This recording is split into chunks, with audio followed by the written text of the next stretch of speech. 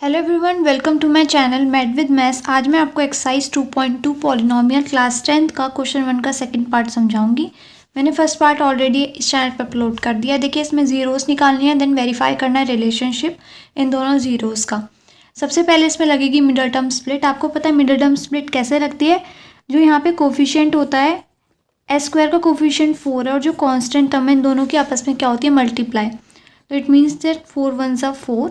अब हम 4 का लेंगे LCM. It means factorisation, not LCM, factorisation. देखिए कितना आया, 2 इंटू 2। अब इन दो से मुझे क्या बनाना है? माइनस का 4। सिंपली मैं क्या लिख सकती हूँ? अगर मैं 2 और 2 को प्लस करूँगी तो मेरा क्या बन जाएगा? 4। लेकिन मुझे यहाँ पे क्या चाहिए? माइनस का 4। तो यहाँ पे मैं -2 लिखूंगी। -2 क्या होता है? माइनस का 4।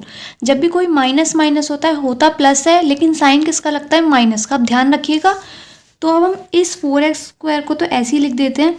इस -4s की जगह मैं लिख दूंगी माइनस का 2s। यहाँ पे कांस्टेंट टर्म है +1 लिख दूंगी। यहाँ से मुझे कुछ कॉमन लेना है। देखिए, कॉमन लेने की ना एक टेक्निक भी होती है जो मैं आपको बता देती हूँ कैसे लेते हैं। इस 4 को फैक्टराइज कर लो। क्या होता है 4? 2 इंटू 2। एस स्क्वायर को भी क्या लिख लो? s into S. -2 की मल्टीप्लाई s में। अभी ब्रैकेट ही आप ऐसे ही लिखा रहने दीजिए। लास्ट वाला टर्म, यहाँ पे 2 आ रहा है, यहाँ पे भी 2 आ रहा है, यहाँ पे s आ रहा है, यहाँ पे भी s आ रहा है। जो मैंने सर्कल करा है उसे आप बाहर लिख लीजिए। अब जो सर्कल नहीं करा, मैंने इसमें सर्कल क्या नहीं करा? 2s।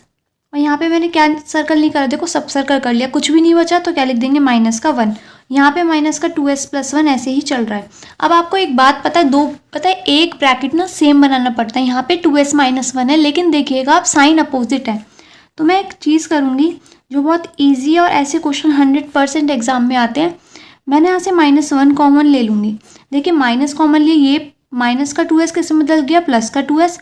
अगर मैं यहाँ से भी माइनस कॉमन ले रही हूँ तो मेरा साइन चेंज हो जाता है। जो प्लस है वो माइनस बन जाएगा, जो माइनस है वो प्लस बन जाएगा। अब आपको दिख रहा होगा यहाँ पे मेरे दो ब्रैकेट क्या आ गए?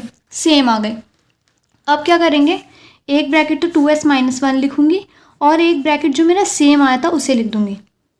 और आप देख रहे होंगे दोनों ब्रैकेट यहाँ पे बिल्कुल इक्वल आ रहे हैं। ऐसा कभी कभी होता है, बट येस, आपका क्वेश्चन अब बहुत ईजी हो जाएगा। इन दोनों जीरोज़ को आप इक्वल रखेंगे किसके? 0 के।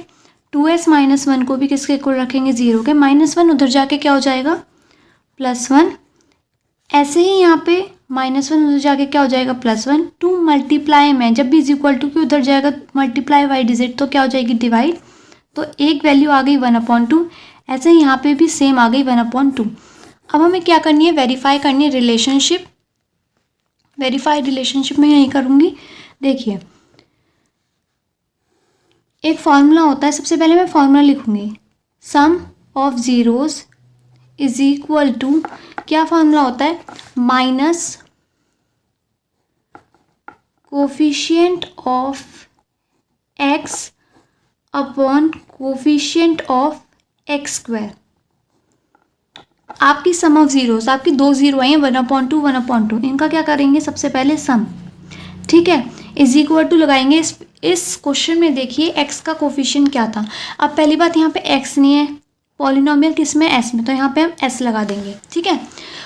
एस का पॉलिनोमियल -4 था, ठीक है, कोफिशिएंट -4 था। माइनस एक साइन माइनस का ही लग ही रहा है, लिखेंगे -4 कोफिशिएंट ऑफ एस स्क्वायर का कोफिशिएंट आप अपने क्वेश्चन में देखना क्या है? 4 है। अब इनका लेंगे हम। देखिए, जब डिनोमिनेटर सेम होता है तो हमें एलसीएम लेने की ज़रूरत नहीं पड़ती है। तो 1 2 लिख देंगे, ऊपर जो भी लिख रहा है एज इट इज़ लिख देंगे। 1 + 1, माइनस की मल्टीप्लाई माइनस में करते हैं, ध्यान रखिएगा क्या होता है? +4। नीचे भी 4 है।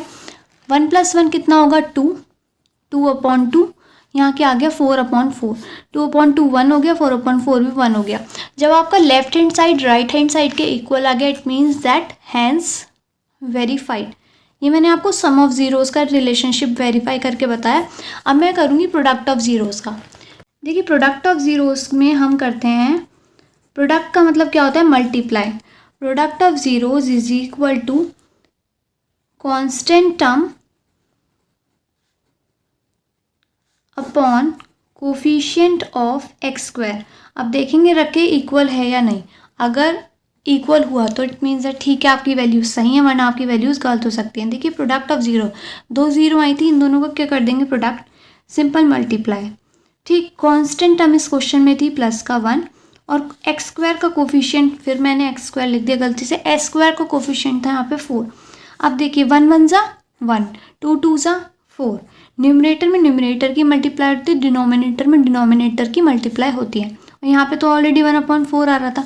इट मीन्स दैट आपका left hand side right hand side के इक्वल होगी। आप लिख देंगे हैंस वेरीफाइड। आई होप आपको ये क्वेश्चन समझ आया, पार्ट समझ आया, बहुत इंपॉर्टेंट पार्ट था एग्जाम पर्पज़ के लिए। ऐसी वीडियोस के लिए अगर आपको क्लास 10 की पूरी वीडियोस चाहिए, पूरे अच्छे से समझना है, इवन आप ट्यूशन भी पढ़ते हैं, ऐसा होता है कि बहुत कभी कभार ट्यूशन में नहीं डाउट क्लियर हो पाता, या वो समझा देते हैं, जब आप रिविजन करते हैं आपका डाउट आता है, आप फ्रस्ट्रेट फील करते हैं, तो मेरा चैनल उन बच्चों के लिए है। Thanks for watching this video, please share this video with your friends and don't forget to hit the like button